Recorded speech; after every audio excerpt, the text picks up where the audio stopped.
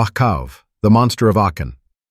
Long ago, when the nights over the city of Aachen in North Rhine-Westphalia were darker and quieter than they are today, a man left one of the city's taverns. The smell of beer drifted from his mouth and clung to his clothes as he staggered heavily into the dark alleys. As so often before, he had spent the entire evening in the tavern, drinking, laughing, and boasting, while forgetting his wife and children who waited for him at home.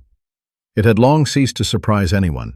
The innkeeper knew him well, and many people in the city avoided him because of his alcoholism. But on this night, everything was destined to change. Beneath a small bridge nearby, something eerie stirred. Out of the darkness crept a creature, a monster covered in shaggy fur. Sharp teeth gleamed in its mouth and its eyes glowed with a menacing light. Its paws ended in long, razor-sharp claws. Its tail was scaly and dragged along the ground. Around its neck and legs hung heavy chains that clattered metallically through the alleys whenever it moved. The people of Aachen would later call this creature the Bachkauv. It had made its lair deep within the city's ancient sewers, hidden from the daylight. By day, one could sometimes hear the faint clinking of its chains beneath the streets, but when night fell, it would emerge. Then it roamed the alleys, lurking in the shadows, searching for those foolish enough to wander the streets so late. That night, the Bachkauv spotted the drunkard, and with a terrifying snarl, it charged. With a fierce leap, the Bachkauv sprang onto the man's back. He nearly fell, but the beast dug its claws deep into his shoulders and wrapped him tightly in its chains. Desperately, the man tried to shake it off, but it was useless. The Bachkauv clung to him with supernatural strength. Driven by panic, he stumbled onward through the darkened streets. He dared not call for help, for some inner voice whispered that a single cry would mean his death. The man could feel his strength fading in agonizing waves.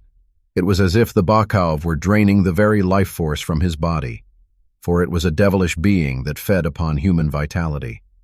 A stabbing pain tore through him, as though an invisible knife were striking him again and again inside his chest. Such was the torment of feeling his life energy being devoured. In his terror, the man began to pray. But the prayer only made things worse. The Bachkauv hissed furiously and grew heavier, pressing him down as if it wanted to crush him. Every step became agony. The burden on his back was unbearable, and death seemed only moments away.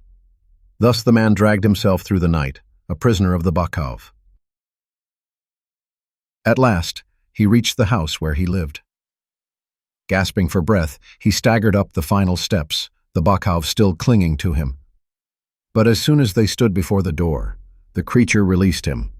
With a hoarse growl, it leapt to the ground, fixed him with its burning eyes one last time, and vanished into the darkness of the alley. The rattling of its chains echoed faintly as it descended back into the sewers from which it had come. The man collapsed, trembling with exhaustion and fear. When his family, awakened by his moans, opened the door, they found him lying pale, drenched in sweat, barely conscious, half dead. With great effort, they carried him inside and laid him in his bed, where he finally fell into an exhausted sleep. By morning, when he awoke renewed, sober, and clear-headed, he told them what had happened. He swore by all that was holy never to drink again, never to wander the streets at night, and never again to neglect his family. He was convinced that the Bachkauv had been sent as punishment for his drunkenness. But the Bachkauv came out again the following night. For many nights thereafter, it haunted Aachen, lurking in the dark alleys and attacking drunkards in the same dreadful way. Only when the old sewer tunnels were eventually built over did the monster disappear, and it was never seen again.